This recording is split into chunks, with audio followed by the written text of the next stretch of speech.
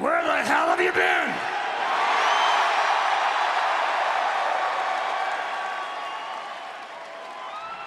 We gotta go back to we gotta do our SmackDown review, man. We gotta do check on the SmackDown because SmackDown had the live audience back in the building. So that was great to see because it felt like we've been having the pandemic shows for the longest time, and you already know how it was prior. Those days was hard to get through. Mm-hmm. So now we are back in the arena. We got the fans are all back. And I mean, me personally, I think Money in the Bank should have been the first place to do it.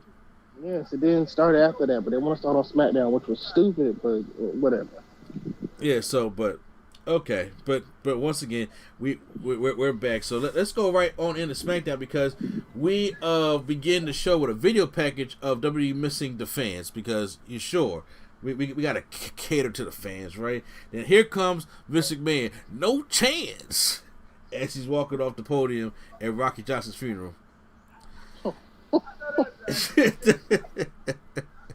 still need that video. No chance. And he comes out there with the strut. Of course, everybody hates Vince McMahon until he comes out in their presence, and then he starts talking about some, doing the strut and everything. Everybody's in there singing his song and everything like that. Trust me, I have been in the crowd where people on the way up to the show talk about how bad Vince McMahon is, but then when he come out, they singing there, just a figure now, boy, cause it's just a match of all time, cause I'm like, yo, you need to calm the fuck down. I think it's just because he got a good song, honestly. Imagine if he had a CFO song, he'll get booed. Better have my money. I ain't got your money. Yeah, everybody would be like, boo. But you know what? This man. Because you know what? His song is dope. He had that song literally forever. So might as well keep that whole corporation theme. Oh my God! If he had Linda's song, he would get booed too. Oh, definitely would get booed. That whole old WrestleMania theme. Oh my God! Yep, he would definitely get booed. Side note, which McMahon has the best song? Honestly, I like Stephanie's first song for some reason. I don't even know why. I can't even tell you why. Probably because it's the beat. The beat is just like herb. Yeah, you said herb. Shane's beat is herb. Shane's probably Shane's because I know the whole rap to it and everything. So I'll probably say Shane. Oh well, we already know the kids got the hip hop songs, okay, which is funny to me. So now you like Stephanie's first song better than saying Kingdom. Yeah, nah. Love me. Yeah, nah. I wish she never changed it. Yeah, but I guess she had to because it makes sense because they was all grown up. Yeah. So, but then she changed it to the female Triple H song. That's what I call it. It's just so amazing. I don't know. Maybe you know something that I don't know, but it always just amazed me that Shane and Stephanie had these hip hop themes when they come out. I feel like Shane was trying to be a part. Well, not trying to. Shane was like more hip hop. I feel like because the Jordans. Oh, them J's. Him he trying probably was hanging out with rappers since he was rich. He was getting into the clubs. You see how he was trying to hang out with Big Pun during the Rage Party. Yeah, it's so doing the elbow drop from a plane and all that. Yeah, so I guess so. It just always shocked me. I was just like, they could have anything, but these kids both got these hip hop songs, especially when Stephanie's husband is all into Metallica. So I was just like, I don't know, but hey, sure. Vince comes out, thunder is pop. He gets to pop everything, and he goes to the microphone and says like, "Where you been?" Like nonchalant, as if it's our fault. You know what I'm saying? But yeah, because it's actually your homie's fault. But no problem. I didn't get it. Somebody said he genuinely probably didn't even know where they went. So I think he's that old. I'm like, no, bro, it's kind of your homie fault, but you know what I'm saying? We ain't gonna say nothing on that. But then, and then he just leaves. That was it. Yeah, just leave. No enjoy the show. No goodbye. Thank you for coming in attendance. It was just where you been and left. Yeah, that's why they do the big speech that they used to do. Yeah. But no, because we had to hurry up and get out so we could have the opening match, which I was like, I thought this was the main event, but I guess not. Yeah, I guess it makes sense for it to be opening, but you know. So I guess you start the crowd off how we got the Roman Reigns and the Usos versus Edge and the Mysterios. So automatically, I thought it was weird how he came out and then like all the way he gets to the ring and then they just like appeared. Yeah, and I'm just like, well, I don't understand why Jay has red hair now. Like, why are these Usos coloring their hair? I don't get it. But, I don't know. Sure, whatever. Just go back to the black wet hair. It's fine to me. But yeah, the match is actually pretty good. Dominic is actually okay. So remember what I said last time? How was he able to even get another shot at the title? How? Who? Edge? No, Jimmy. Oh, Jimmy. Yeah, bro. I don't know. I really don't. And then on top of that, not take the pinfall. Yeah, I thought he was. I'm about to say, I don't even eat the. I couldn't tell you problem with this. So I'm out of that one. But serious accounts, Dominic was really showing some prowess here. But Mysterio gets distracted. He gets rolled up by. Now, was it Jimmy Uso? That'd have been crazy if it was Jimmy. Jay. It was Jay. Okay, Jay Uso. They rolled up Mysterio and gets the win. So they're celebrating the win, but Edge well, first of all, Roman Reigns comes in there. Superman punches Edge, and he goes, takes the chair, and he breaks down the part of the chair because he's going to do the same thing that Edge did. And he kicks off the chair leg, but Edge surprises him with another spear, and then he applies the crossface with the broken chair piece, and then you see Roman is in agony, and he actually does tap out.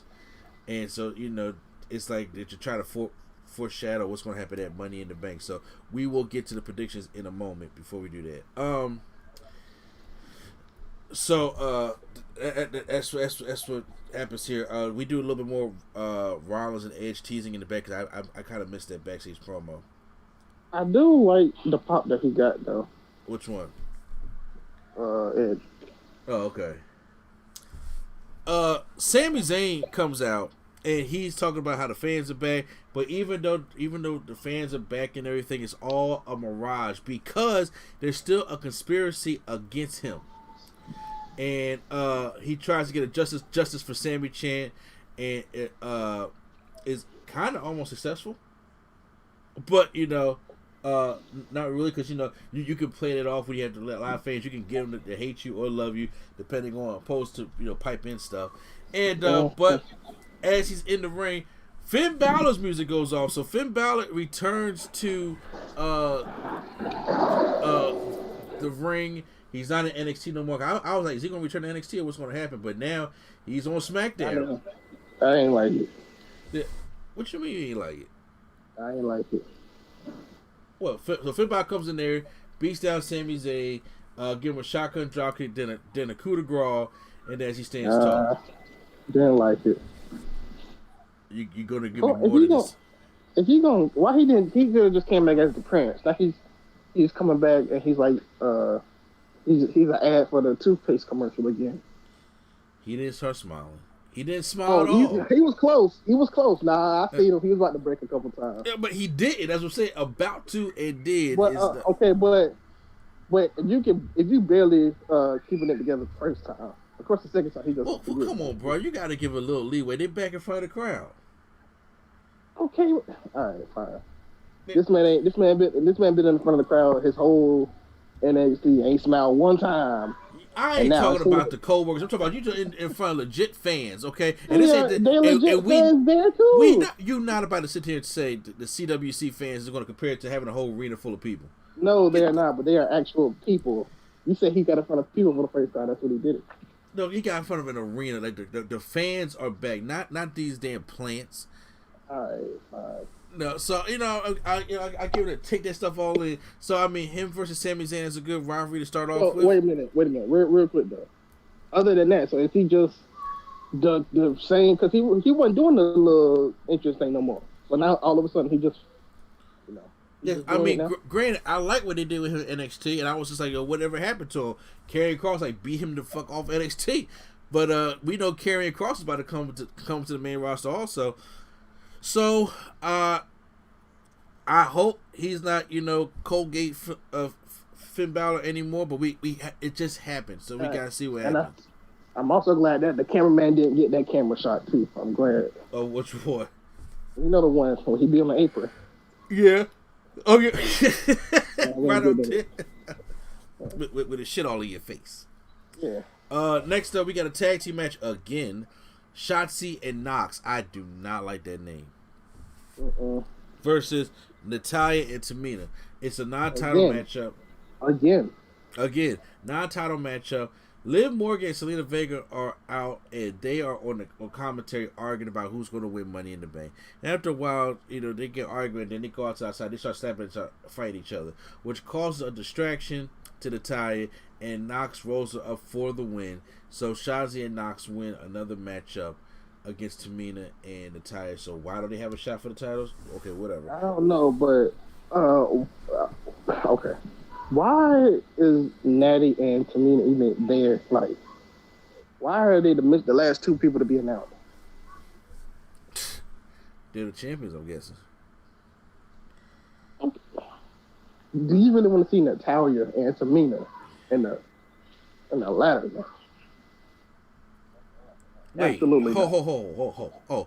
I just realized what you just said. So wait, hold on. Yeah. They filled that last spot for Money in the Bank? It's Tamina. What? I thought. Oh my god. Okay, see, because I was going to do the predictions, and I thought when I pulled up Money in the Bank, I really thought that it was like a mystery person, and then we was going to get like the reveal at Money in the Bank, and I thought it would be like Sasha. They scored it on Twitter. Said Tamina's the last person, and everybody said, "Why?" It definitely is Tamina. That is the weakest SmackDown lineup.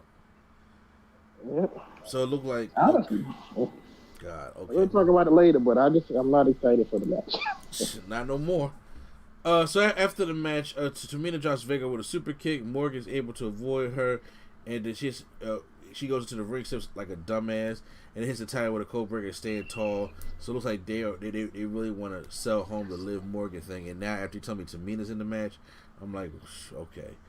I don't know why you just didn't put Sasha in there and have Sasha win the thing and cash in at Bianca, but I guess they want to save that for another SmackDown. But whatever. Bianca Belair is in the back, and she's getting ready for a match with Carmella. She walks by Dolph Ziggler by Rude and ignores them just like everybody else. Yeah, I forgot they was even. Yeah. How do you mess up Bobby Roode? They just ruined that, man. We get for the SmackDown Women's Championship, Bianca Belair versus Carmella. There's no indication here that Carmella is going to win this matchup. Not at all. We can keep moving. We can even skip this. Yeah. Well, Carmella tries to go sleeper. I do like the vertical suplex. Belair did. Takes the hair whip. Pow! Right there in the gut. KOD. Bianca Belair wins the matchup, and that's basically what it was. Alpha Academy is backstage with Chad Gable and Otis.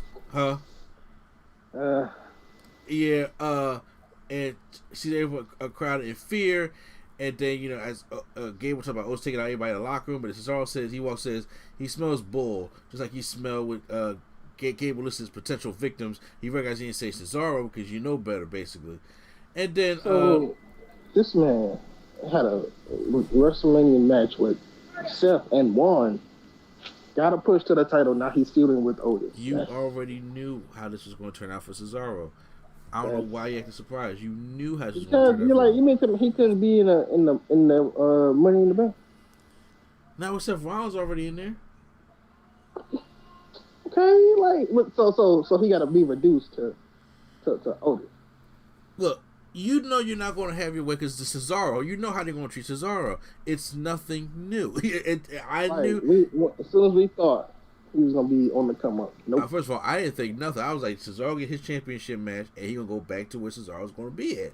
And right now, he's feud with Alpha Academy. And Otis attacks him backstage. So we get Otis taking on Cesaro, I'd rather have them be the bar than him just sit there. At least in the bar, he got 5, 6 titles. Well, look, you have to say at least the Otis change. I like it. I don't know if I like it. I haven't seen it. I've been watching. Well, you just seen it yesterday. You talking about him getting a haircut? Yeah, the whole him going alpha. I don't want to say what he looked like, but him going whole out. Oh, I mean, like somebody that needs. Say what? Nothing. I won't say it. Okay, so I'm just saying, but Gable runs in and grasps off from behind, stemming him with a German suplex, with the referee calls for a disqualification. So Cesaro wins by DQ after the bell. Gable goes, nails with an uppercut, and then Otis destroys Cesaro, delivers the Vader bomb from the second row. Fans boo, and then they walk out. So of course they was gonna boo it. So we show some stuff about the 6-man tag team match opener as Kayla Braxton's outside of Roman Reigns' locker room, and then Paul Heyman comes up, and then she brings up Edge, and he Paul Heyman cuts off Edge, and he says Edge sinned tonight, but he will confess and anoint for those sins this Sunday pay-per-view, and have those sins beaten out of him by Reigns. And he goes on to say, it's not a prediction, it's a bidet against all Paul Heyman. Don't you dare be sour, because Big E says no, but I really had something serious to say. He said Big E jokes that Edge has a hold over Roman Reigns, and that he said he gets to have a joke, and asks if Heyman if he gets as he goes off to his fatal 4-way match later on. So they are teasing that it could be a Big E Roman Reigns rivalry in the future. How would you feel about that? I mean, I won't be opposed to it. I mean, it's like I like the Big E thing, so I'm like, I'm a fan of Big E, so I want to see. I'll get to it in my predictions, but then here comes Baron Corbin, just comes out, walks out somber, sitting there asking everybody for money. This is the new Baron Corbin that's coming out. Kevin Owens comes out, and then he says, "Look, I know you have money. You don't use money to buy wrestling gear. I don't mean that in a disrespectful way." He gets stunned during the commercial. Big E comes out, and him and Kevin Owens offer to give him to split $5,000 to give to him, but Corbin doesn't accept it. So we go back live, and we get a fatal 4-way match: Big E versus Shinsuke Nakamura versus Seth Rollins versus Kevin Owens. Good matchup, because these are 4 great competitors onto the match. Rollins was like, "Hold on, y'all fight, I'll be outside." So he goes to the apron. Big E gives him a spear on the outside. Kevin Owens jumps to the outside and takes him down. So we now have, and then Nakamura jumps off the apron and gives him a Kinshasa. So now we have our fatal 4-way matchup. Big E does a tilt-a-whirl, big ending slam onto Nakamura, and then almost hits the pin, but Nakamura kicks out. No, they break it up because they present the big ending. On the outside, there are ladders everywhere. Nakamura is on the exposed table, so Kevin Owens is like, "Let me get my money in the bank spot in now." I'm like, why y'all doing these spots now? Opposed to, I'm assuming that something. I don't know. They saving something. They still got Ricochet and Morrison in the match too. So. Fair, but then once again, Ricochet and Morrison did a ladder spot on Monday. Oh, well then I don't know. Remember, Ricochet, that's how they finished the Falls Count Anywhere match. He splashed Morrison through the ladder bridge. Well, hey, I don't know that. We don't know. So, Kevin Owens goes to the top of the ladder and gives Nakamura an elbow right through the announce table. It takes both of them out. Meanwhile, there's a ladder inside the ring. Remember, there's no disqualification. It's a fatal 4-way. And Big E gets chop blocked by Seth Rollins, and then gets curb stomped on the ladder. It looked like that sucked. So, Seth Rollins wins the matchup, then climbs the ladder and wins the briefcase. Does his laugh. And then that's how SmackDown ends. So, what do you rate SmackDown this week, Prime? I give it a thumbs up. I give SmackDown a thumbs up also. It's great to see the fans back. Great fatal 4-way to end the show. Great opener with a 6-man tag match. The Bianca Carmella stuff was forgettable.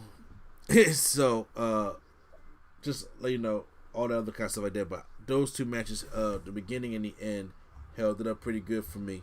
It's better, so I gave it a thumbs up. So, post your comments down below how you guys enjoyed SmackDown this week, and if you guys are ready for Money in the Bank, we're about to get ready to go do our predictions. If you guys listen to us on the podcast, but if you're not, like, subscribe, and share. And then Nerd Coalition is out.